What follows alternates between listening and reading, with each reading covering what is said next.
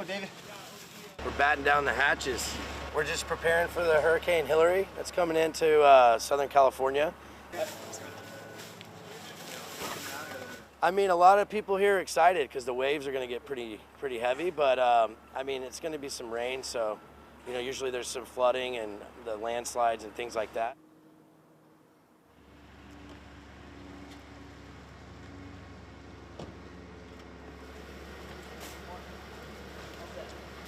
Dude, hey, you said you wanted...